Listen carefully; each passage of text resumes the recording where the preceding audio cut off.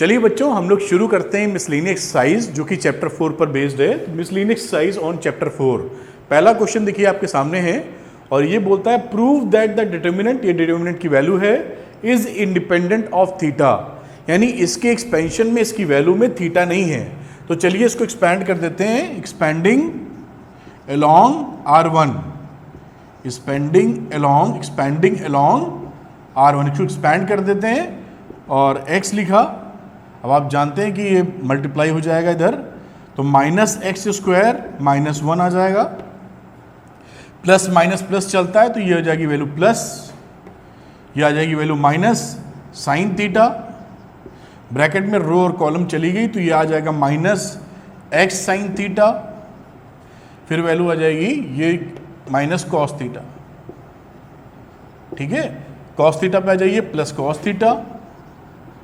आगे बढ़ते हैं बेटा, रो और कॉलम चला गया, ये आ गया माइनस साइन थीटा, और इसको करेंगे तो आ जाएगा माइनस एक्स कॉस थीटा, लेकिन एक माइनस पहले से था तो प्लस एक्स कॉस थीटा, ये एक्सप्रेशन बन रहा है। अब इसको हम लोग देखते हैं कहाँ पहुँचते हैं। तो इसको आप मल्टीप्लाई कीजिए, minus x cube minus x, इससे किया तो आ गया एक्स साइन स्क्वायर थीटा, यह आ जाएगा plus sine theta into cos theta, इधर आ जाएगा minus sine theta into cos theta plus x cos square theta. ये एक्सप्रेशन हुआ ओपन करने के बाद। अब साइन थीटा प्लस का और साइन थीटा माइनस का कैंसिल हो गया, इन दोनों में वैल्यू देखिए तो एक्स कॉमन आ रहा है, तो इसको लिखिए minus x cube minus x plus x common ले लो इसमें, तो आ जाएगा sine square theta plus cos square theta. आप जानते हैं इसकी वैल्यू हमेशा 1 होती है, तो इसका x cube minus x plus x, यानी माइनस प्लस कैंसिल ही कर दो तो माइनस एक्स क्यूब। तो ये देखिए इंडिपेंडेंट, इसमें कहीं थीटा नहीं है, इंडिपेंडेंट ऑफ थीटा इसकी वैल्यू मिल जाती है। तो इस तरीके से इसको प्रूव कर सकते हैं। बोला था कि थीटा नहीं होना चाहिए इसके वैल्यू में, और थीटा नहीं है। तो this is the solution of this first problem या फर्स्ट क्वेश्चन। अब क्वेश्चन नंबर 2 करेंगे हम लोग।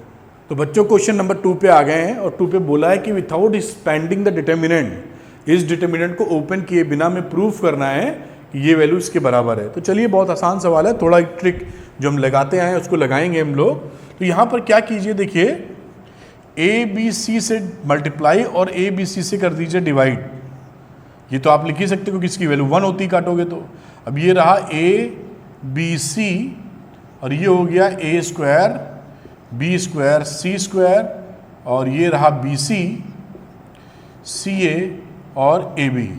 अब क्या करें आप, रो 1 को चेंज कर दो आप ए रो 1 में। ये बेसिकली ऑपरेशन हमें पहले लिख देना चाहिए था, तभी बैलेंस होगा ABC से डिवाइड करते हुए। यहाँ लिख देंगे तो एडिशनल आ जाएगा। तो इस ऑपरेशन को मैं यहाँ लिख देता हूँ कि R1 को चेंज किया AR1 में, और R2 को चेंज किया BR2 में, और R3 को चेंज किया CR3 में। तो इसको जब A से मल्टीप्लाई करके लिखोगे तो यहाँ पर ये जो वैल्यू, अब ऑपरेशन लगाएंगे हम लोग। ये ऑपरेशन जब लगाएंगे तो उसके बाद हमें वैल्यू क्या मिलेगी, 1/ABC, और यहाँ पर वैल्यू मिल जाएगी आपको, A से मल्टीप्लाई किया है A square A cube ABC, और यहाँ मिल जाएगी आपको B। यहाँ पर इस वैल्यू को हटा दीजिए, ये ऑपरेशन हम लोग लगा ही रहे हैं यहाँ पर, तो A से मल्टीप्लाई करेंगे तो 1/ABC एडजस्ट कर देगा इसको, और या अंदर मल्टीप्लाई कर दीजिए, बात समझ रहे होंगे। B से मल्टीप्लाई किया तो आ गया B स्क्वायर B क्यूब और ABC, यहाँ पर C से मल्टीप्लाई किया C स्क्वायर C क्यूब और ABC। आप देख रहे होंगे, आप ये स्टेप लिखें या वो ABC करके फिर A को रो 1 में दे दें, B को रो 2 में दे दें और C को रो 3 में कर दें। ये वैल्यू आ गई। यहाँ से अब देखिए क्या करिए, कॉमन ले लीजिए ABC। जब ABC आप कॉमन ले लेंगे कॉलम 3 में से, लिख दीजिए चाहे तो टेकिंग आउट कॉमन फैक्टर, ये सब आप लिख लिया करेंगे, ऐसा मुझे उम्मीद है। ABC फ्रॉम कॉलम 3, जैसे टीचर को मालूम रहे क्या कर रहे हैं आप। और ये हो गया 1ABC, आपने कॉमन लिया था तो ABC बाहर आ चुका है, और ये वैल्यू बन गई है ए स्क्वायर बी स्क्वायर सी स्क्वायर ए cube B cube C cube 1 1 1 और ये भी सी कट के हो गया 1।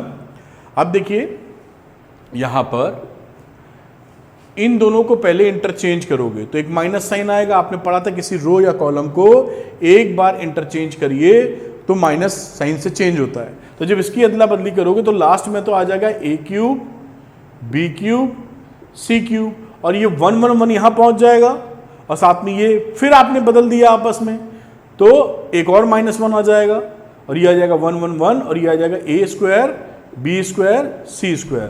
तो -1 इंटू -1 यानी +1 और ये 1 1 1 ए स्क्वायर बी स्क्वायर सी स्क्वायर ए cube B cube C cube और ये देखिए हैंस प्रूव हो गया। यही चीज़ें प्रूव करनी थी, आप समझ पाएंगे। एक बार इन दोनों को चेंज किया फिर इन दोनों को चेंज किया और ये रिजल्ट हमारे सामने आ गया। इस तरह से क्वेश्चन नंबर 2 आप कर सकते हैं। तो बेटा क्वेश्चन नंबर 3 पर है हम लोग और इसको देखते हैं। इसको इवैल्यूएट करने को बोला है। ट्रिग्नोमेट्री जहाँ भी आ जाती है डिटरमिनेंट में कभी कभी बच्चे थोड़ा डर जाते हैं, तो कोई डरने की आवश्यकता नहीं है। आप इसको रोवन के अलॉन्ग एक्सपैंड कर दीजिए। तो expanding determinant along Rowan R1, ठीक है। अब शुरू करो।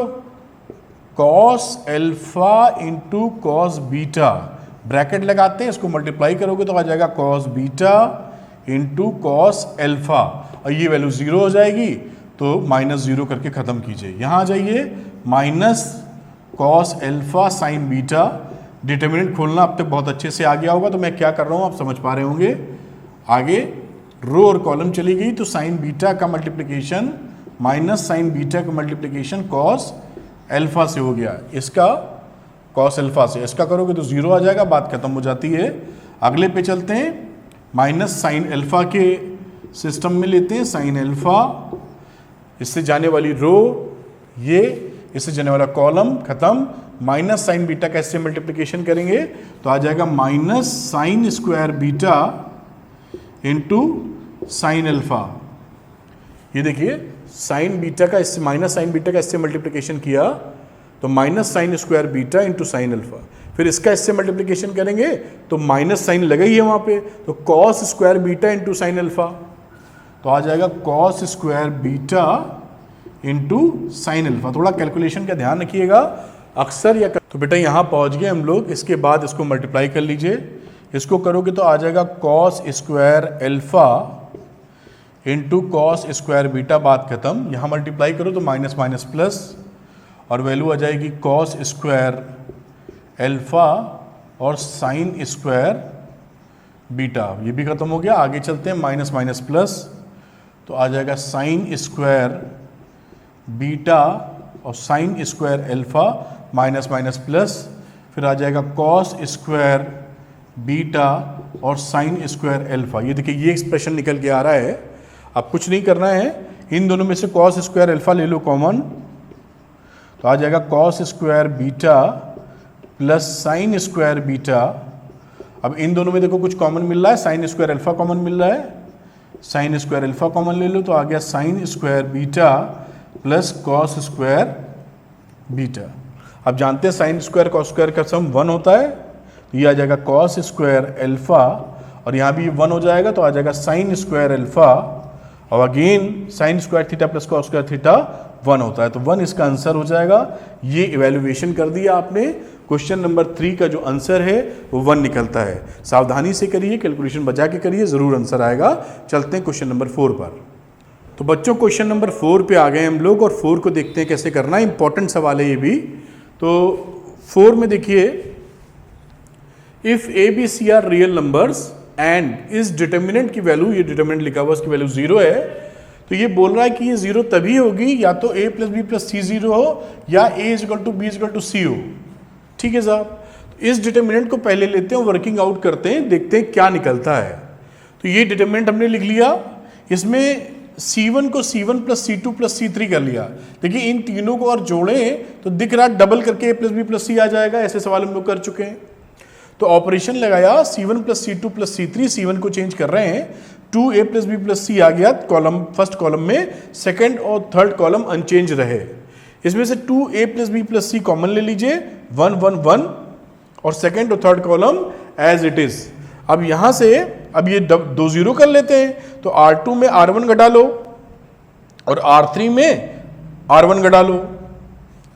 पहले में कोई चेंज नहीं R1 में, ये इधर लिखा है। R2 में R1 घटा दिया ऊपर वाला, तो देखिए 1 में से 1 गया 0 और a प्लस बी में से c प्लस ए घटाओगे तो a कैंसिल हो जाएगा और b माइनस सी आ जाएगा। इसी तरीके से b प्लस सी में से ये घटाओगे, b कैंसिल हो जाएगा और आ जाएगा c माइनस ए। लास्ट में से 1 घटा दो, रो 3 में से रो 1 से 1 गया 0, b प्लस सी से ये घटाना है तो बस c कट गया, b माइनस ए बचा। c प्लस ए से a माइनस बी घटाना है, a कट गया और c माइनस बी बचा। ये एक्सप्रेशन आ गया। अब रो 1 के अलोंग हम ये कॉलम 1 के अलोंग हम एक्सपैंड कर देंगे, तो कर देते हैं। देखिए यहां पर तो ये हमने एक्सपैंड कर दिया अलोंग C1, ये कॉलम 1 के, तो 2a प्लस बी प्लस सी लिखा, ब्रैकेट लगाया, 1 है और ये दोनों क्रॉस मल्टीप्लाई हो जाएंगे माइनस साइन के साथ, जैसे हम लोग करते आए हैं। इसको आपस में मल्टीप्लाई कर लिया तो देखिए ये एक्सप्रेशन आ गया, मल्टीप्लाई सिंपल किया है। अब कुछ वैल्यूज में कट नहीं होंगी तो उसको काट दीजिए, जैसे BC BC, ये एग्जाम्पल में ऐसा सवाल था जो हम लोग कर चुके हैं। BC BC कैंसिल हो गया। अब यहां पर वैल्यू क्या बची, माइनस ए स्क्वायर, स्क्वायर वाली टर्म पहले लिख लो, minus A square minus B square minus C square plus A B plus B C plus A C, ये अरेंजमेंट हो गया। अब हम लोगों ने एग्जाम्पल में ऐसा सवाल किया है, यहां से पहले माइनस कॉमन ले लो और इस 2 को इसके साथ ले लो, ना होता 2 तो 1/2 करके 2 अटैच कर देते, तो माइनस कॉमन ले लिया और 2 के अंदर मल्टीप्लाई कर दिया, तो ये माइनस वाला प्लस हो गया, प्लस वाले माइनस हो गए। 2a square 2b square 2c square minus 2ab minus 2bc minus 2ca आ गया।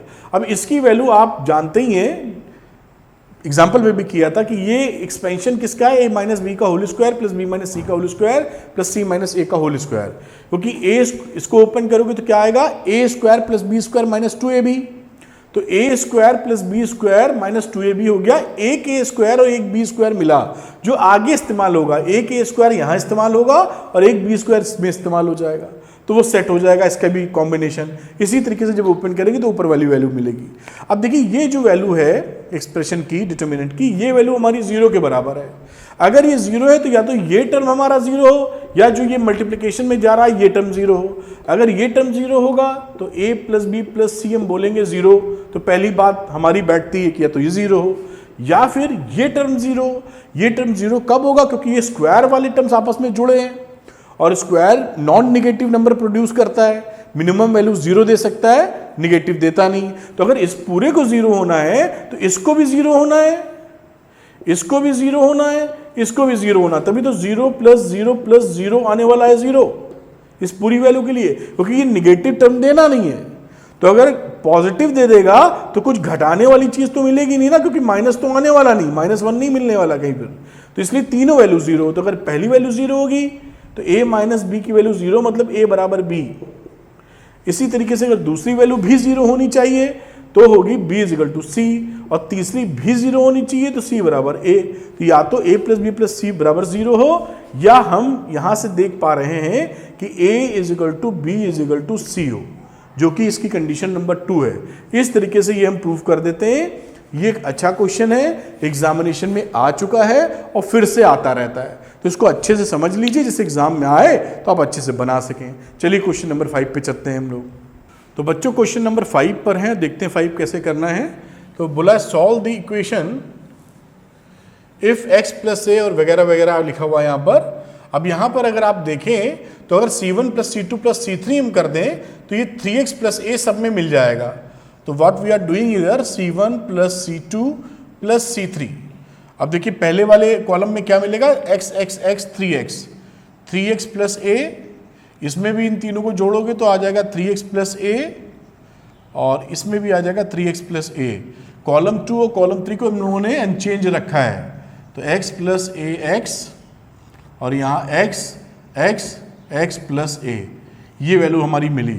अब 3x प्लस a को हम लोग कॉमन लेके बाहर कर लेते हैं, तो मिल गया 1 1 1 x x प्लस a और ये x x x x plus a।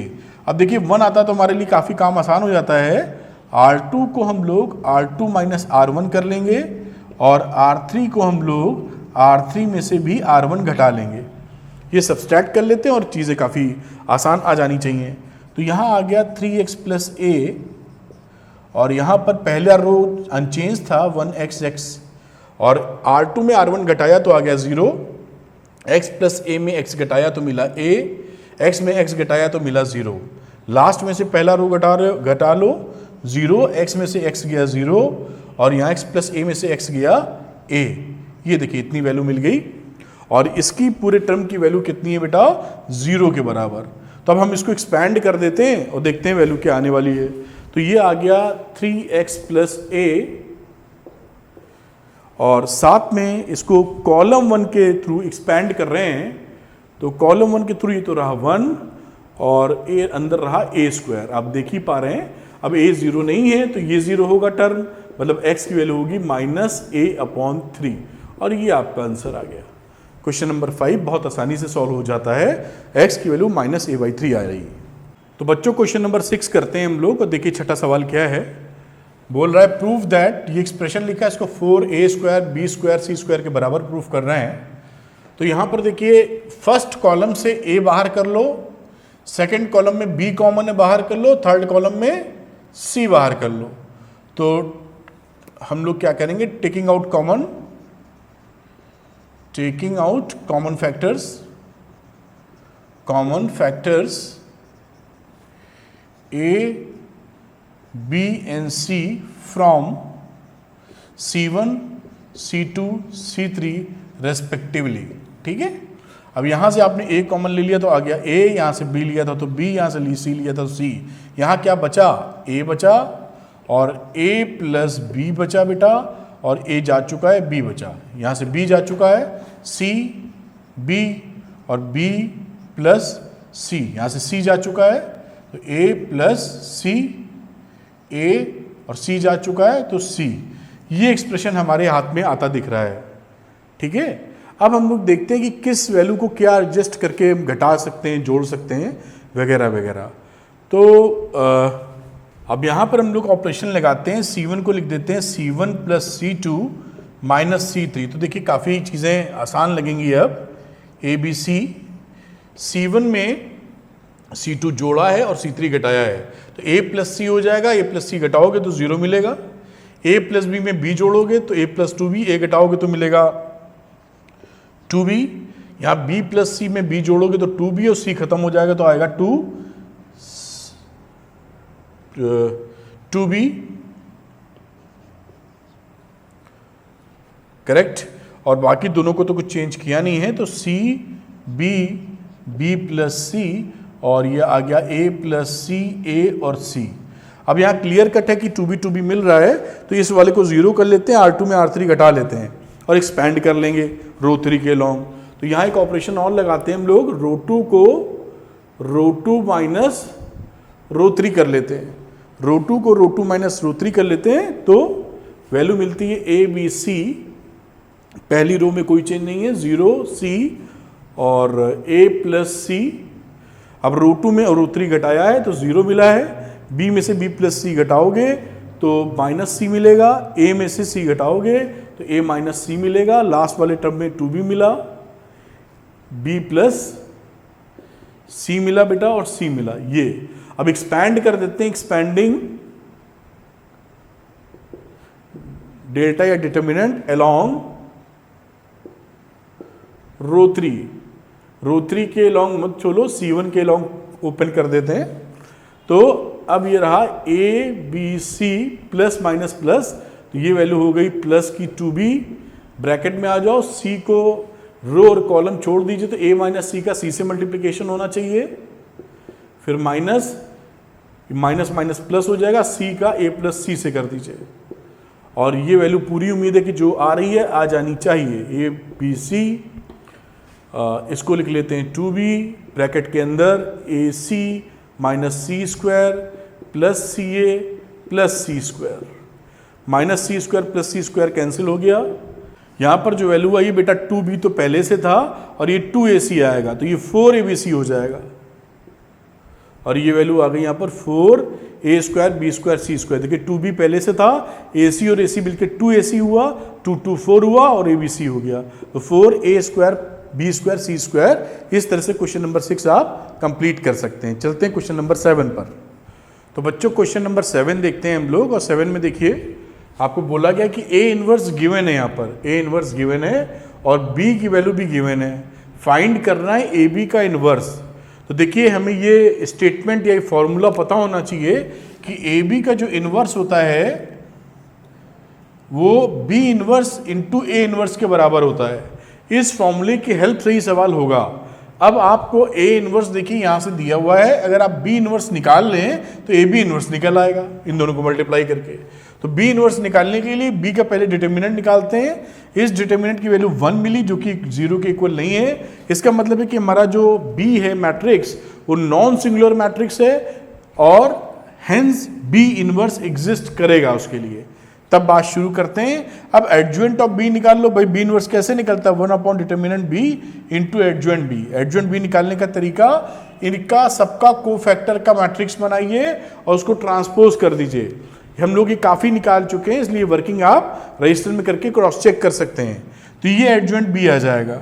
अब b इनवर्स क्या रहा? ये तो था 1, तो 1 अपॉन 1 और 3 2 6 1 1 2 2 2 5, ये हमारा b इनवर्स आ गया।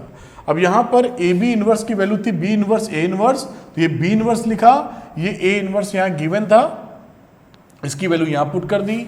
इसको row into cross, row into column के हिसाब से मल्टीप्लाई करके लिखेंगे, ये आ जाएगा। This is your answer. Row into column का मल्टीप्लिकेशन, मैट्रिक्स का मल्टीप्लिकेशन आपको उम्मीद है अच्छे से आता होगा। 3 इंटू 3 करेंगे तो 9, 2 इंटू 15 करेंगे तो -30, 6 इंटू 5 करेंगे तो 30, तो 30 माइनस प्लस कट गया, 3 इंटू 3 9 आ गया। इस तरीके से आप सारी वैल्यू कर सकते हैं और क्वेश्चन नंबर 7 सॉल्व हो जाएगा। चलिए अब चलते हैं क्वेश्चन नंबर 8 की तरफ। तो बेटा क्वेश्चन नंबर 8 करते हैं, और 8 में देखिए 2 पार्ट हैं, एक पार्ट करेंगे फिर एक इसके बाद करेंगे। तो लिखा हुआ let A is equal to, ये मैट्रिक्स है, वेरीफाई करना है। एक पार्ट है एडजॉइंट ए का इनवर्स निकालना है और शो करना है कि एडजॉइंट ए इनवर्स के बराबर है। और दूसरा क्या है, ए इनवर्स का फिर से इनवर्स निकालना और दिखाना ए के बराबर है। सेकंड पार्ट तो बात की बात है, पहला पार्ट देखते हैं। तो देखिए पहले पार्ट के लिए हमको ए इनवर्स निकालने की बात करनी होगी, तो पहले डिटर्मिनेंट ऑफ ए चेक करते हैं ये क्या आता है। तो ये नॉन जीरो क्वांटिटी है, -13 है, यानी कि नॉन सिंगुलर मैट्रिक्स है ए, तो इसका ए इनवर्स एग्जिस्ट करेगा। तो एडजॉइंट ए पहले निकाला, एडजॉइंट निकालने का वही तरीका, मैट्रिक्स के एलिमेंट्स का कोफैक्टर से बनी हुई मैट्रिक्स बनाइए, उसका ट्रांसपोज कर दीजिए। तो ये एडजॉइंट ए आ गया। ए इनवर्स कैसे आएगा? 1 upon determinant A into adjoint A. Determinant A की वैल्यू -13 थी तो -1 अपॉन 13, और यहाँ वैल्यू हो गई 14 11 एंड सो ऑन। ये वैल्यू हमारी बन गई ए इनवर्स। अब हमको इस ए इनवर्स का भी एडजॉइंट चाहिए और साथ में एडजॉइंट ए का इनवर्स चाहिए। तो एडजॉइंट ए हमारा क्या है? एडजॉइंट ए हमारा ये वैल्यू है। अब इसका हमें इनवर्स निकालने का है। तो देखिए एडजॉइंट ए का डिटर्मिनेंट निकाला, क्योंकि इसका अगर इनवर्स निकालना है तो ये भी नॉन सिंगुलर होना चाहिए। 169 वैल्यू आ गई जो कि 0 के बराबर नहीं है। इसका मतलब एडजॉइंट ए का इनवर्स एग्जिस्ट करता है। या आप इसको एडजॉइंट ए को बी अगर बोल दें तो यहाँ पर आप कह सकते हैं कि ये डिटर्मिनेंट ऑफ बी है, यानी बी हमारी नॉन सिंगुलर है। नॉन सिंगुलर है तो बी इनवर्स एग्जिस्ट करेगा। तो बी इनवर्स हमारा एग्जिस्ट करेगा। बी क्या है? बी एडजॉइंट ए है। अब एडजॉइंट बी निकाल रहे हैं, मतलब एडजॉइंट ए का एडजॉइंट निकाल रहे हैं, और ये वैल्यू लिख दी हमने एडजॉइंट बी के लिए जैसे निकले थे। ये मैट्रिक्स है जिसे हम लोगों ने बी कंसीडर कर लिया है, एडजॉइंट ए को बी के बराबर। तो इसका हम एडजॉइंट बी निकाल रहे हैं, इसका। तो एडजॉइंट बी निकालने का तरीका वही है, कोफैक्टर्स बनाओ और ट्रांसपोज कर दो। तो ये वैल्यू आ गई हमारी। अब आगे देखिए बी इनवर्स निकालने की बात आई। बी इनवर्स जो कि एडजॉइंट ए का इनवर्स है, तो 1 upon determinant of B into adjoint B. तो 1 अपॉन डिटर्मिनेंट ऑफ बी कितना आया था? तो ये डिटर्मिनेंट ऑफ बी है जो कि 169 था, तो 1 अपॉन 169, और एडजॉइंट बी हम लोगों ने ये निकाला, ये वैल्यू यहाँ पुट कर दी। थोड़ा सा 13 बाहर रहने दिया, एक 13 का फैक्टर अंदर कर दिया। ये पहली वैल्यू आ गई जो हमारी बी इनवर्स की है, या आप बोले एडजॉइंट ए का इनवर्स है, यानी LHS है लेफ्ट हैंड साइड। अभी राइट हैंड साइड हमारी बची हुई है, यानी ए इनवर्स का एडजॉइंट निकालना है। ए इनवर्स हमारे पास ये है, तो इसका हमको एडजॉइंट निकालना है। तो इसका एडजॉइंट के लिए देखिए एडजवेंट ऑफ ए इनवर्स, इसको कैलकुलेट आप करेंगे तो ये वैल्यू आ जाएगी। वही इसको -1/13 को अंदर ले लेना, फिर उसका कोफैक्टर बना के ट्रांसपोज कर देंगे, तो ये वैल्यू हमारी आ गई। और इसके बाद 1/13 आप बाहर कर लो, इससे एक्सप्रेशन मिलता है दिस वन। अब इक्वेशन 2 और इक्वेशन 1 हमारी दोनों इक्वल है, यानी एडजवेंट ए इनवर्स जो कि राइट हैंड साइड था और हमारा एडजवेंट ए का इनवर्स जो कि लेफ्ट हैंड साइड था, दोनों की वैल्यू बराबर होती है, इसलिए ये सिचुएशन हमारी वेरीफाइड है। अब इसका जो पार्ट 2 है उसको हम लोग करते हैं, जहां बोलता है ए इनवर्स का फिर से इनवर्स लिया जाए तो ए मिल जाएगा, उसको करते हैं हम लोग। तो बेटा क्वेश्चन नंबर 8 का सेकेंड पार्ट देखते हैं। सेकेंड पार्ट में बोला था कि ए इनवर्स का इनवर्स निकालिए तो ए आ जाएगा, तो ए इनवर्स तो हम लोग निकाल ही चुके थे। अब यहाँ पर इसका ए इनवर्स का इनवर्स निकालना है तो हमें चेक करना पड़ेगा ए इनवर्स का डिटर्मिनेंट कितना है। 0 तो नहीं है, क्योंकि 0 का तो सिंगुलर मैट्रिक्स हो जाएगी, फिर नहीं निकलेगा उसका इनवर्स। -1/13 आ गया जो कि नॉन जीरो क्वांटिटी है, इसका मतलब ए इनवर्स का इनवर्स एग्जिस्ट करता है। तो साहब निकालेंगे, उसके लिए एडजवेंट ए इनवर्स निकालो। एडजवेंट ए इनवर्स निकाला, निकालने का वही तरीका, ये जो मैट्रिक्स थी हमारे पास इसके कोफैक्टर से बनी मैट्रिक्स बनाओ, ट्रांसपोज कर दो, ये वैल्यू आ जाएगी आपकी। ये एडजवेंट ए इनवर्स आ गया। फिर ए इनवर्स का इनवर्स हमें निकालना है, तो 1/a इनवर्स और साथ में adjoint A inverse. 1 determinant of A inverse का मतलब कितना है -1/13, और एडजवेंट ए इनवर्स की वैल्यू क्या थी दिस वन, इसकी वैल्यू यहां पुट कर दीजिए आप। अब देखिए 13 से 13 कैंसिल हो गया, -1 से अंदर मल्टीप्लाई कर दीजिए, हर क्वांटिटी को सबका साइन बदल जाएगा, और यही देखिए वैल्यू हमारी क्या आ गई है ए। तो ये देखिए ए हमारा जो कंडीशन थी कि ए इनवर्स का इनवर्स हमारा वापस ए मिल जाता है, इसका मतलब ये भी चीज हमारी वेरीफाइड है। तो ये थोड़ी सी वर्किंग इसमें लंबी होगी जब कोफैक्टर और आप इनवर्स निकालेंगे, अदरवाइज कॉन्सेप्चुअली ये एग्जैक्टली सेम है, आप करके मैच कर सकते हैं। चलिए करते हैं अगला क्वेश्चन। तो बच्चों क्वेश्चन नंबर 9 पे आ गए हैं, और 9 को इवेलुएट करना है हम लोग को, ये डिटर्मिनेंट की वैल्यू। तो देखिए इसको करते हैं हम लोग। यहाँ पे साफ तौर पे नजर आ रहा है कि अगर हम कॉलम 1 में तीनों कॉलम जोड़ दें जो भी है, तो सबकी वैल्यू देखिए सेम आ जाएगी। यहाँ पर x + y दिख रहा है, x + y 2x + 2y आ जाएगा। What we are doing, C1 को हम लिख देते हैं C1 + C2 + C3। देखिए यहाँ क्या वैल्यू मिलेगी, 2 ले लीजिए कॉमन, और ये 2x हो जाएगा 2y, तो x + y, यहाँ भी मिल जाएगा 2x + y, और यहाँ भी मिल जाएगा 2x + y, और बाकी y, x + y, x और x + y, x और y। ये पहला स्टेप रहा ऑपरेशन लगाने का। अब इसमें से कॉलम 1 में से कॉमन ले लीजिए 2x + y, तो 2x + y हमने कॉमन ले लिया, 1 1 1 y, x + y, x और x + y, x और y, ये डिटर्मिनेंट की वैल्यू आई। अब हम लोग किन्हीं दो को 0 कर लेंगे और फिर ओपन कर लेंगे, कोई उसमें बड़ी बात नजर नहीं आती। तो R2 में हम R1 घटा लेते हैं, और R3 में भी हम लोग R1 घटा लेते हैं। तो घटा के लिख लेते हैं, देखते हैं क्या वैल्यू आने वाली है प्रॉपर्टी यूज करते हुए। तो ये वैल्यू हुई 2x + y, पहले रो में कोई चेंज नहीं था, 1 y, x + y लिख लेता हूं इसको। और अब R2 में R1 घटाया, तो R2 में R1 घटा दीजिए, तो 1 में से 1 गया 0, x + y में से y गया तो x बचा, और x में से x + y गया तो -y बचा। लास्ट वाले में भी रो 1 घटा रहे हैं हम लोग, तो 0, x में से y गया तो x - y, और y में से x - y गया तो -x। ये डिटर्मिनेंट की वैल्यू बनी। कॉलम 1 के अलोंग एक्सपैंड कर देंगे, तो एक्सपैंड कर दीजिए, एक्सपैंडिंग along C1। अब देखिए लिखिए इसकी वैल्यू 2x + 1, और एक्सपेंशन में चले गए, 1 लिखा, इसको क्रॉस मल्टीप्लाई करेंगे तो आएगा -x², फिर लिखेंगे माइनस, इन दोनों को मल्टीप्लाई करेंगे तो यहाँ पे वैल्यू क्या बनेगी, देखिए माइनस माइनस प्लस हो जाएगी, तो y × x - y, ये वैल्यू आती दिख रही है, बाकी तो कुछ है नहीं हाथ में।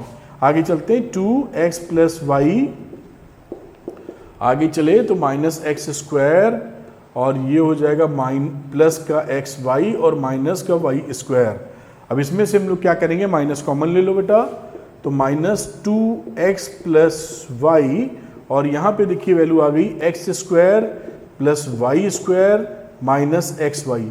आप जानते हैं कि इसका फॉर्मूला है a cube plus b cube का, तो ये रिजल्ट बन गया -2a cube plus b cube, और ये आपका इवेल्युएशन हो गया, यानी ये आंसर आ गया। इस तरह से क्वेश्चन नंबर 9 कर सकते हैं आप। अब चलते हैं हम लोग क्वेश्चन नंबर 10 की तरफ। तो बच्चों क्वेश्चन नंबर 10 पे आ चुके हैं। इवेल्युएट करना है इस डिटर्मिनेंट को, तो ये बहुत ही, एक कॉलम में 3 1 है तो बहुत आसान लग रहा है ये।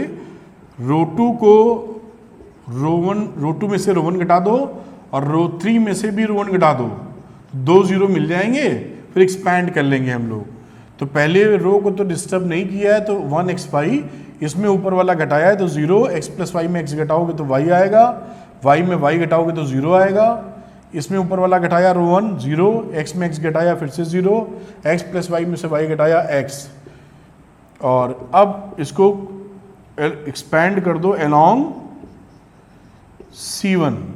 तो C1 के अलोंग एक्सपैंड करोगे तो क्या वैल्यू मिल जाएगी, 1 लिखा।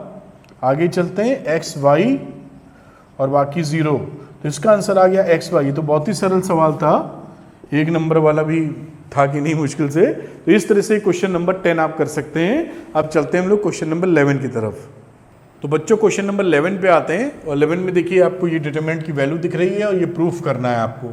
अब यहाँ पे साफ तौर पे दिख रहा है कि alpha alpha square beta plus gamma है। अगर C3 में हम C1 को जोड़ दें तो alpha plus beta plus gamma, यहाँ भी alpha plus beta plus gamma और यहाँ भी alpha plus beta plus gamma मिल जाएगा, और कॉमन ले लेंगे तो 3 1 आ जाएंगे, फिर सवाल सॉल्व हो जाएगा।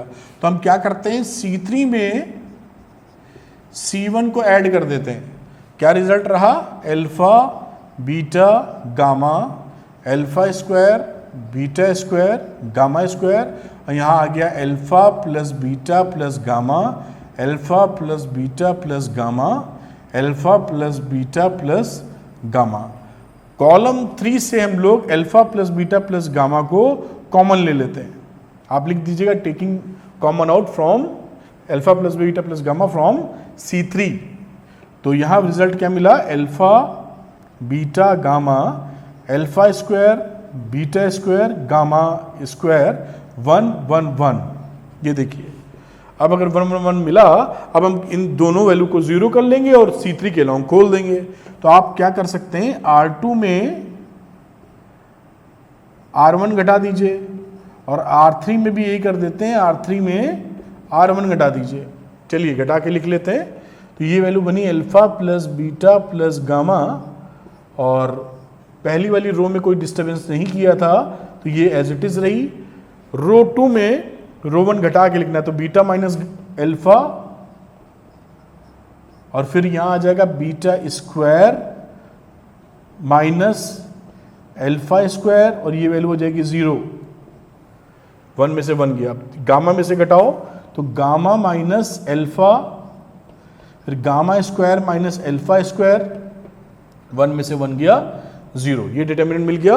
बहुत ही आसानी से सवाल निकलता हुआ दिख रहा है। अब यहां से देखिए रो 2 और रो 3 से भी फैक्टर कॉमन आ जाएंगे, तो alpha plus beta plus gamma जो वैल्यू बाहर थी, इसके अलावा बीटा माइनस अल्फा, हमने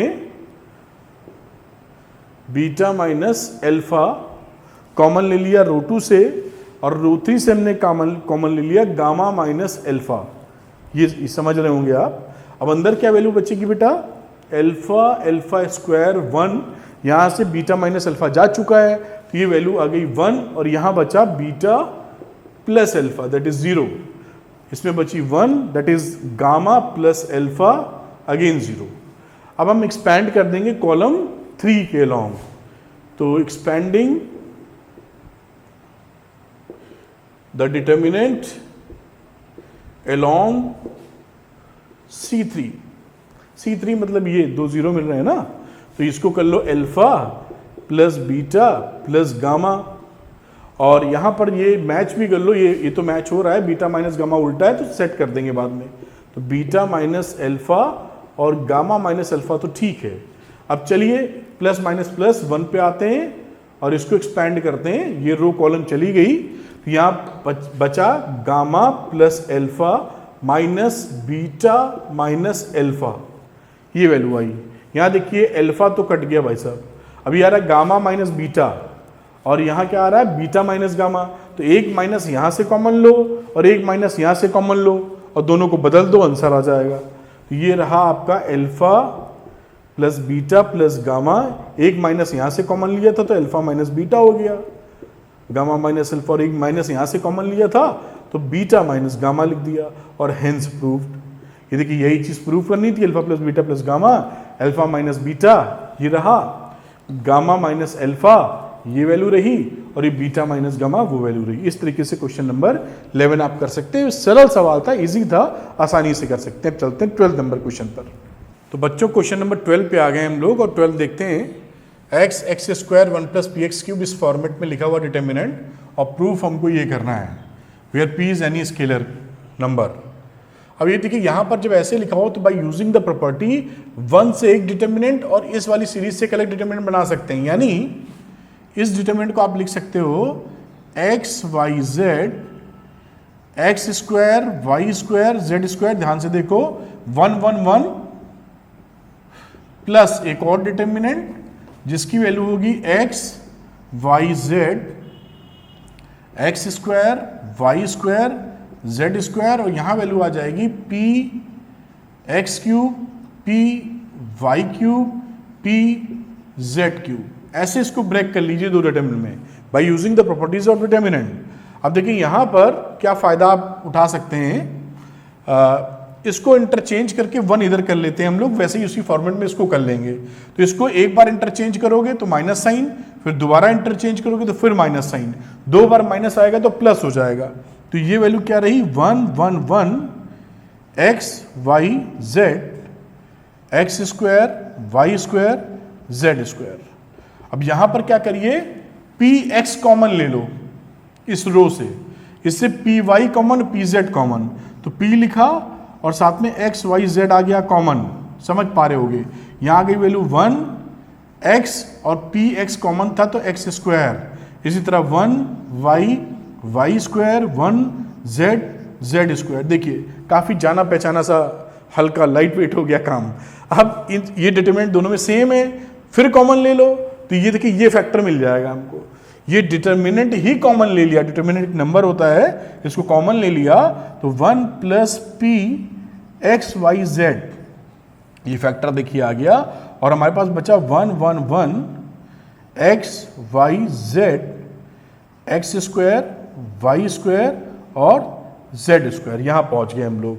अब ये दो रोज को जीरो करो और ओपन कर दो, यानी हम लोग क्या करेंगे रो 2 को रो 2 माइनस R1 कर लो एंड रो 3 को रो 3 माइनस R1 कर लो, और ओपन कर देते हैं इसको। देखिए कितने आराम से आने वाला है। तो इसको लिख देते हैं, यहां पर इधर ही लिख लेते हैं, इतने में हो जाना चाहिए। तो 1 plus p x y z, और यहां पे वैल्यू सब्सट्रैक्ट करके, पहली रो में तो कोई डिस्टर्बेंस है नहीं, कोई चेंज नहीं है, तो 1 x x square. Second row में फर्स्ट रो से घटा के लिखा है तो ये वैल्यू हो जाएगी 0, ये हो जाएगी वाई माइनस एक्स, और ये हो जाएगी y square minus x square. Last में फिर 0 जेड माइनस एक्स, और लास्ट वाला बचेगा z square minus x square. बहुत आसानी से। अब देखिए इस वाले से a square minus B square लगाओगे ना तो वाई माइनस एक्स कॉमन आएगा रो 2 से, और जेड माइनस एक्स कॉमन आएगा रो 3 से।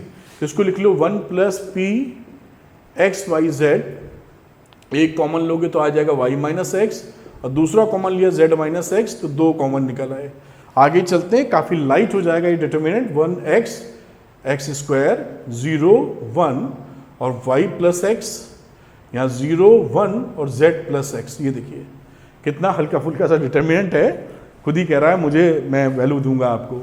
अब ये एक्सपैंड कर दो, expanding the determinant along column 1, ये 2 0 है ना सबसे बढ़िया, तो ये इसको लिखिए 1 plus p x y z y minus x और जेड माइनस एक्स। ठीक है बेटा, अब इधर आ जाओ, 1 ले लीजिए और ओपन करिए, तो ये हो गया z plus x minus y minus x. ये वैल्यू देखिए कुछ कट रहा होगा, एक्स एक्स काट दीजिए, और जो प्रूफ करना था आ गया होगा आपका। देखिए देखिए ये x माइनस वाई है तो एक माइनस यहाँ से कॉमन ले लो, और ये z माइनस वाई है और यहाँ पर था y माइनस जेड, तो एक माइनस यहाँ से कॉमन लो, एक माइनस यहाँ से कॉमन लो, माइनस माइनस प्लस दोनों को बदल दो, साइन चेंज कर दो, मतलब p x y z। अब ये वैल्यू हो गई x minus y, z minus x, और यहाँ मिल गया आपको y माइनस जेड, और ये देखिए हैंस प्रूव्ड। यही लाना था आपको, देख लीजिए ध्यान से, बहुत ही आसान सवाल था इस तरह से, लेकिन ये सवाल आते हैं एग्जामिनेशन में। ये प्रॉपर्टी लगी है ना, तो ये प्रॉपर्टी थोड़ी सी फेवरेट सी रहती है टीचर्स की, तो इसको समझ लीजिए ध्यान से, ऐसे सवाल आए तो आप कर लीजिएगा। अब चलते हैं क्वेश्चन नंबर 13 पर। बच्चों हम लोग 13 क्वेश्चन पे आ गए हैं, 13 क्वेश्चन लगाते हैं। देखिए इसको प्रूफ करना है हमको, तो यहाँ पर ध्यान से अगर आप देखें तो क्या समझ में आता है कि अगर कॉलम 1 कॉलम 2 कॉलम 3 को ऐड कर दें आप, this one this one this one, तो 3a में 2a खत्म हो जाएगा, a बचेगा और b प्लस c बचेगा। ये फैक्टर आता हुआ दिख रहा है, तो हम करेंगे क्या, c1 को चेंज कर दो c1 plus c2 plus c3 में, तो तीनों को ऐड किया तो यहाँ क्या बचेगा, a plus b plus c। यहाँ भी आप करेंगे तो 3b में से ये 2b कम हो जाएगा, तो a plus b plus c, और लास्ट वाला भी बचेगा a plus b plus c। बाकी दोनों कॉलम्स में कोई फर्क नहीं होगा, 3b और माइनस c प्लस b, और ये आ गया minus a plus c minus b plus c, और ये रहा 3c। अब इसमें से ऑब्वियस सी बात आप समझ ही गए होंगे, कॉलम 1 में से a plus b plus c common ले लीजिए आप।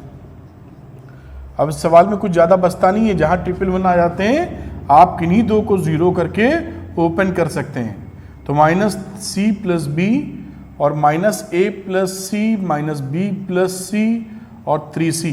अब अगेन हम लोग रो 2 को जीरो कर लेंगे, रो 2 माइनस रो 1 करके, और इसी तरह रो 3 को जीरो कर लेंगे, रो 3 माइनस रो 1 करके।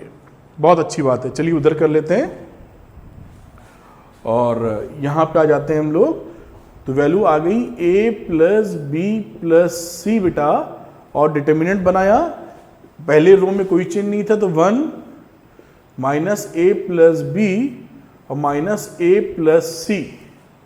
अब इसमें से आप रो 1 घटा दीजिए, रो 2 में रो 1 घटा दीजिए, तो 1 में से 1 गया 0, 3b में से माइनस a प्लस बी घटाओगे तो एक b कम हो जाएगा, साथ में a जुड़ जाएगा, तो आ जाएगा 2b प्लस a, और यहाँ पे इसको सब्सट्रैक्ट करोगे तो c कैंसिल हो जाएगा, आ जाएगा a माइनस बी। ध्यान से देखिए, इसमें ये घटा रहे हैं तो ये minus sign minus minus cut जाएगा, ये प्लस हो जाएगा। यहाँ भी रो 3 में से रो 1 घटाओ 0, रो 3 में से ये घटाना है तो ये घटाओगे तो बी कैंसिल हो जाएगा, a माइनस सी आ जाएगा।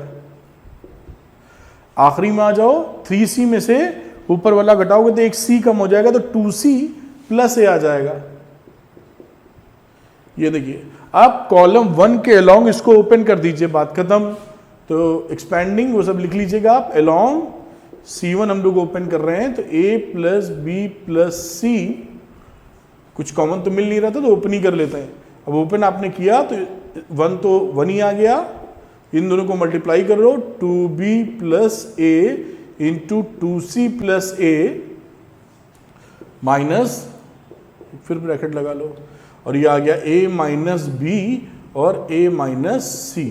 अब इसको ओपन कर लीजिए, वो 100% वही आना है। चलिए देखते हैं, तो a plus B plus C, और यहाँ पे आपने मल्टीप्लिकेशन किया 2b से तो आ गया 4bc और plus 2ba plus 2ac plus a square. यहाँ आ जाओ, minus a square plus ac, minus की जगह ये प्लस हो जाएगा तो प्लस ab, प्लस की जगह माइनस हो जाएगा तो माइनस bc।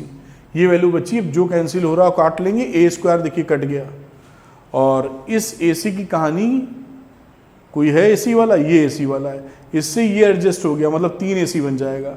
ab वाला कोई है, ये ab वाला ये है, तो देखिए इसकी कहानी इससे बन जाएगी 3ab, और इस 4bc की कहानी एक घटके bc से बन जाएगी। तो क्या वैल्यू बनेगी, देखिए a plus B plus C, और वैल्यू आ जाएगी 3bc plus 3ba plus 3ac, जैसा कि मैंने ऊपर बताया था 3 कॉमन ले लो, तो ये वैल्यू रही 3 कॉमन आ गया, a plus B plus C, और जो वैल्यू थी देखिए जो बोला लिखा है वही लिख दो, A B plus B C plus A C, और ये आपको प्रूव हो गया, हेंस प्रूव्ड। इस तरह से क्वेश्चन नंबर 13 कर सकते हैं। आसान सवाल था, बिल्कुल कहीं कोई डिफिकल्टी नहीं थी। अब चलेंगे हम लोग क्वेश्चन नंबर 14 की तरफ। तो हम लोग पहुंच गए हैं बेटा क्वेश्चन नंबर 14 पर। अब ये एक्सप्रेशन लिखा, देखिए साफ तौर पे नजर आ रहा है 1 2 3 है, 2 है, इसको 0 करना हो तो 2 से मल्टीप्लाई करके घटा दो, और 3 है, इसको 0 करना हो तो 3 से मल्टीप्लाई करके घटा दो, 2 0 मिल जाएंगे, ओपन कर लेंगे। ये तो एकदम ही ओपन क्वेश्चन था। मतलब हमें R2 में R2 माइनस 2R1 कर देना चाहिए, एंड R3 में R3 माइनस 3R1 कर देना चाहिए, और उसके बाद ओपन ही कर देंगे हम लोग। ये रहा पहला, तो रो डिस्टर्ब नहीं हुआ, 1 प्लस पी और 1 प्लस पी प्लस क्यू, बहुत अच्छी बात। अब R2 में इससे 2 से मल्टीप्लाई करके 0 घटाया, 0 आ गया। ये रहा R2 से 2 से मल्टीप्लाई करोगे तो 2 प्लस 2p आएगा, सब्सट्रैक्ट करोगे तो 3 माइनस 2 1 बचेगा। देखिए 3 प्लस 2p है ना, इसको 2 से मल्टीप्लाई करो, 2p आया, 2p कट गया, और 3 में से 2 गया, 1 बचा।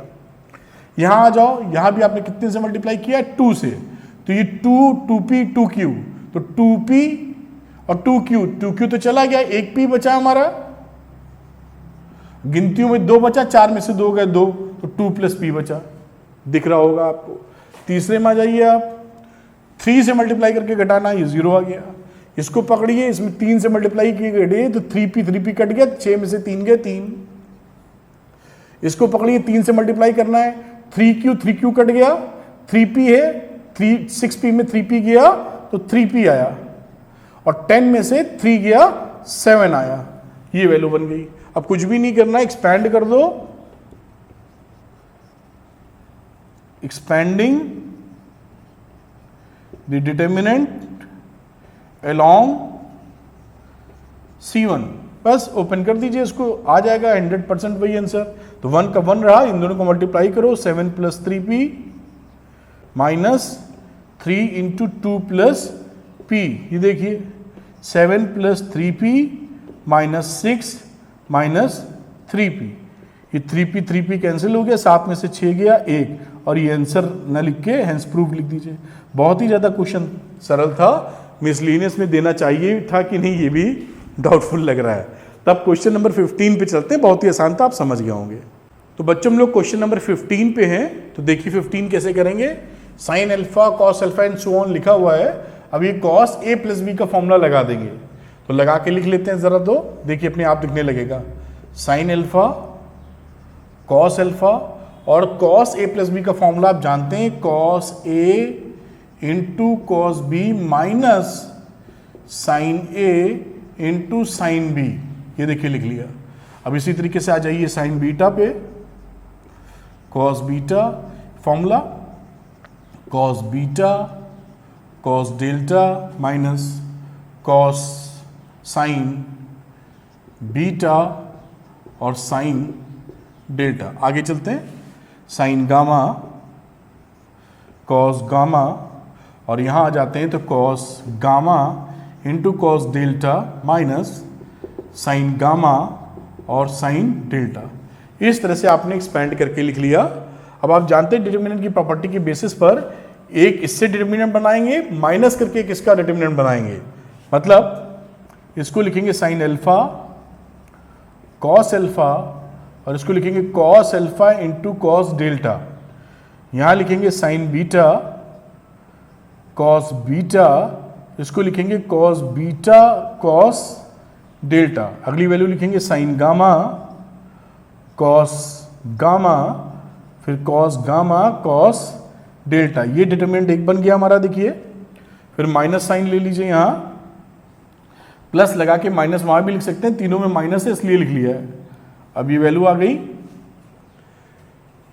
और आप चाहें तो प्लस लगाए रखें, कंफ्यूज ना हो, प्लस करके लिखते थे ना। तो ये आ जाएगा साइन अल्फा, फिर आ जाएगा कॉस अल्फा ऊपर वाला, और ये वैल्यू बचेगी minus sine alpha sine delta. अगली वैल्यू देखिए sign beta into cos beta minus sign beta sine delta. आगे आ जाओ, वैल्यू थी साइन गामा, फिर कॉस गामा, फिर ये वैल्यू आ गई minus sign gamma into sine delta. ये डिटरमिनेंट देखिए ब्रेक कर लिया। अब यहां पर आप देखिए, अगर हम कॉस डेल्टा कॉमन ले लें कॉलम 3 से, कॉस डेल्टा अगर हम कॉमन ले लें तो वैल्यू क्या बचेगी, sign alpha cos alpha cos alpha, sign beta cos beta, और यहां वैल्यू आ जाएगी कॉस बीटा, और यहां बचेगी sine gamma cos gamma and cos gamma. फिर ये यहां से कॉमन ले लो minus sine delta, minus sine delta, आप समझ पा रहे होंगे। तो फिर ये वैल्यू क्या बन जाएगी बेटा, देखो साइन अल्फा कॉस अल्फा, और यहां बची रह गई साइन अल्फा, यहां आ जाएगी साइन बीटा, यहां आ जाएगा cos beta, minus sine delta जा चुका था तो साइन बीटा बचा, और यहां साइन गामा, यहां कॉस गामा, और यहां हो गया साइन गामा। ये देखिए, अब आप खुद ही समझदार हैं, यहां पे ध्यान से देखिए तो कॉलम 2 और कॉलम 3 यानी C2 और C3 आइडेंटिकल हैं। आपको मालूम है किसी भी डिटर्मिनेंट के अंदर अगर कोई दो कॉलम या दो रो सेम हो तो उसकी वैल्यू 0 होती है। तो इसकी वैल्यू कितनी हो गई बेटा, इसकी वैल्यू 0 हो गई, पहले डिटर्मिनेंट की वैल्यू। अब दूसरी बात में देखिए आप, तो दूसरे में भी ये देखिए कॉलम 3 और कॉलम 1 C1 और C3 ये भी आइडेंटिकल हैं, इसकी वैल्यू भी 0 हो गई। तो 0 माइनस 0 और रिजल्ट आ गया 0, जो आपको प्रूफ करना था, हेंस प्रूव्ड। इस तरीके से आप प्रूव कर सकते हैं क्वेश्चन नंबर 15। आगे चलते हैं। तो बच्चों हम लोग क्वेश्चन नंबर 16 पे आ गए हैं, और 16 में ये एक इक्वेशन लिखी हुई है, ये लीनियर इक्वेशंस नहीं है, देखिए 1/x 1/y 1/z के फॉर्म में है। आपने क्लास 9th में ये पढ़ लिया था 1/x 1/y 1/z हो, तो इसको लीनियर इक्वेशन में कैसे चेंज करते हैं, क्लास 9 में पहली बार वही काम यहां करेंगे, क्योंकि ये लीनियर इक्वेशन नहीं है और मैट्रिक्स से हम लोग लीनियर इक्वेशन सॉल्व करना सीखे हैं। इसलिए 1/x को आप लेट कर लो p, 1/y को लेट कर लो q, और 1/z को लेट कर लो r। अब ये इक्वेशंस चेंज हो जाएंगी लीनियर फॉर्म में, क्योंकि 2 × 1/x तो 2p, 1/y की जगह q और 1/z की जगह r। तो ये देखिए pqr में 3 इक्वेशंस बन गई। अब ये हमारी लीनियर इक्वेशंस हैं, अब इनको हम सॉल्व कर सकते हैं। अब इसको मैट्रिक्स फॉर्म में रिप्रेजेंट कर लो, जैसा उन्होंने पिछली एक्सरसाइज में किया है। कोफिशिएंट्स 2 3 10 2 3 10 4 - 6 5 इस तरीके से लिख लिया, x y z इधर, और x y z नहीं होना चाहिए क्योंकि हम लोगों ने p q r मान लिया है, तो इसको p लिख दो, इसको q लिख दो, इसको r लिख दो, और ये हो गया 4 1 2। अब ax = b होता है, तब x = a इनवर्स b होता है अगर हमारा a का इनवर्स निकले। तो डिटर्मिनेंट ऑफ a, ये जो मैट्रिक्स है इसका हम लोगों ने डिटर्मिनेंट निकाला जो कि 1200 आया, जो कि 0 के इक्वल नहीं है। तो a मैट्रिक्स हमारी नॉन सिंगुलर है, यानी a इनवर्स हमारा एग्जिस्ट करेगा। बेटा मेरे ख्याल से समझ पाए होंगे, बहुत सवाल ऐसे लगाए हैं हम लोगों ने। अब बात आती है a इनवर्स निकालने की, तो a इनवर्स निकालने के लिए एडजॉइंट a पहले चाहिए होता है। तो एडजॉइंट a ले लिया। एडजॉइंट a आप कैसे निकालते हैं, एडजॉइंट a आपने देख रखा है कि इसको, इस a वाली जो मैट्रिक्स है, दिस इज a मैट्रिक्स, इसके कोफैक्टर से बनी हुई मैट्रिक्स बनाते हैं, फिर उसको ट्रांसपोज करते हैं। ये भी आप वर्किंग जानते हैं, वो आपने ट्रांसपोज करके बना लिया, एडजॉइंट a आ गया। a इनवर्स का मतलब है 1 determinant a into adjoint a, 1/1200, क्योंकि डिटर्मिनेंट a की वैल्यू 1200 है।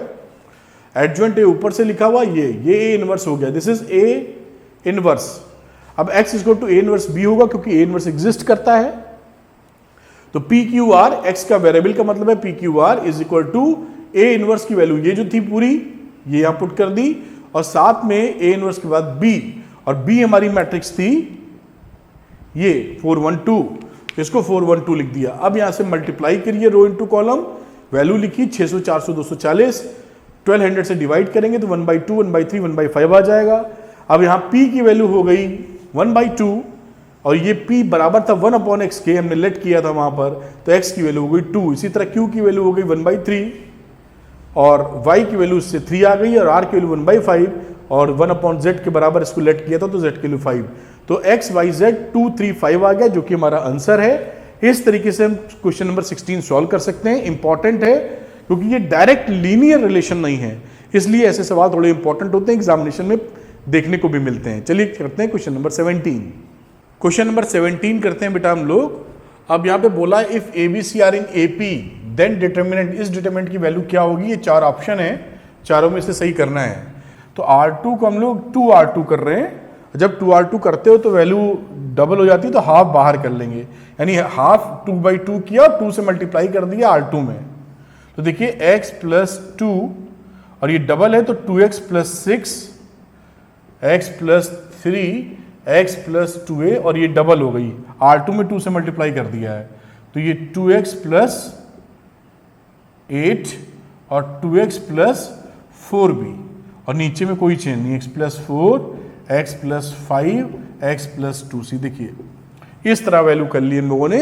अब दिख रहा है इन दोनों का सम इसके बराबर है। अब आसानी से क्या करो, R2 में से आप R1 + R2 सब्सट्रैक्ट कर दो। बस देखो कहाँ पहुंच गए हम लोग। यहाँ पे 2x + 6 था, इन दोनों को जोड़ के घटाओगे तो 0 मिल जाएगा। x + 2, x + 3, x + 2a 0 मिल गया, यहाँ भी 0 मिल जाएगा। x + 4, x + 5, x + 2c। यहाँ देखो इन दोनों को जोड़ा तो ये 2x + 8 है, 0 मिल गया। यहाँ आ जाओ, इन दोनों को जोड़ के इसमें से घटाओ तो 2x कैंसिल हो जाएगा, ये आ जाएगा 4b - 2a - 2c। अब आप क्या देखते हो कि क्योंकि ये AP में है ABC, जब ABC AP में होते हैं तो B की वैल्यू होती है a + c/2, या कह सकते हो 2b = a + c और 2 से इसको मल्टीप्लाई कर दो तो 4b = 2a + 2c। तो ये देखिए 4b की वैल्यू इस 2a 2c के बराबर है, यानी ये वैल्यू भी हमारी क्या बन जाएगी 0। अब एक रो में तीनों वैल्यू अगर 0 है तो इस डिटरमिनेंट की वैल्यू कितनी है 0। तो option number A is correct.